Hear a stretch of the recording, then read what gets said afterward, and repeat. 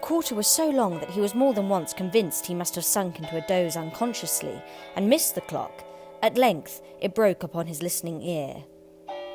Ding dong.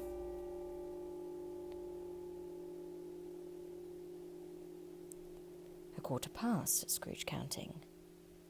Ding dong, 1/2 past, said Scrooge. Ding dong, 1/4 to it, said Scrooge. Ding dong, the hour itself, said Scrooge triumphantly, and nothing else.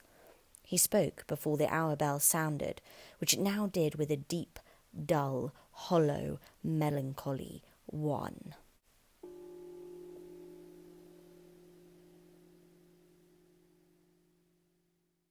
Light flashed up in the room upon the instant, and the curtains of his bed were drawn.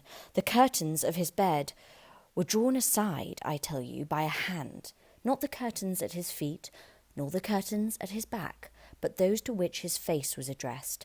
The curtains of his bed were drawn aside, and Scrooge, starting up into a half-recumbent attitude, found himself face to face with the unearthly visitor who drew them, as close to it as I am now to you, and I am standing in the spirit at your elbow.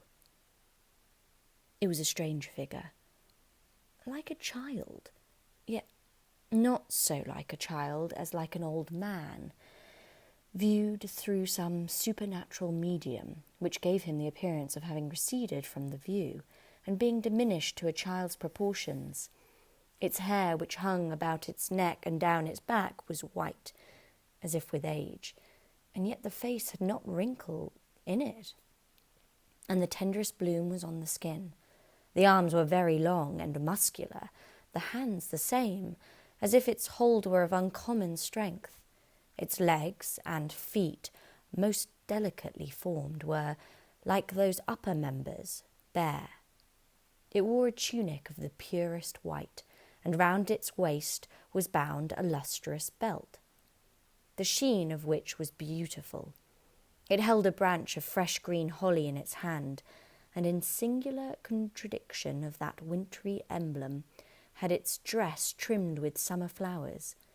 But the strangest thing about it was that from the crown of its head there sprung a bright, clear jet of light, by which all this was visible, and which was doubtless the occasion of its using, in its duller moments, a great extinguisher for a cap, which it now held under its arm. Even this, though, when Scrooge looked at it with increasing steadiness, was not its strangest quality. For, as its belt sparkled and glittered now in one part and now in another, and what was light one instant, at another time was dark, so the figure itself fluctuated in its distinctness, being now a thing with one arm, now with one leg, now with 20 legs, now a pair of legs without a head, now a head without a body, of which dissolving parts no outline would be visible in the dense gloom wherein they melted away. And in the very wonder of this, it would be itself again, distinct and clear as ever.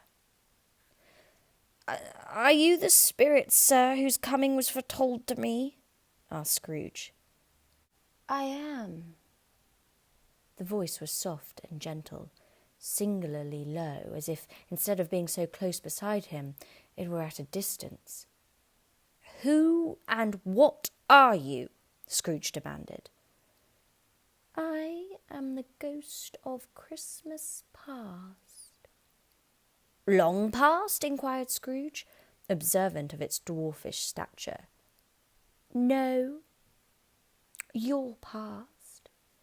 Perhaps Scrooge could not have told anybody why, if anybody could have asked him, but he had a special desire to see the spirit in his cap, and begged him to be covered.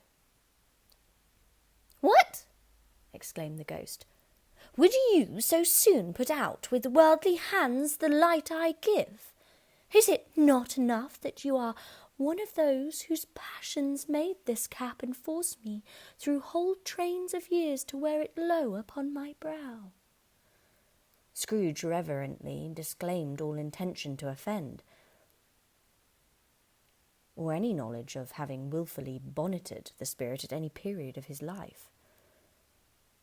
He then made bold to inquire what business brought him there. Your welfare, said the ghost. Scrooge expressed himself much obliged, but could not help thinking that a night of unbroken rest would have been more conducive to that end. The spirit must have heard him thinking, for it said immediately, "For reclamation, then, take heed." It put out its strong hand as it spoke, and clasped him gently by the arm. "Rise and walk with me."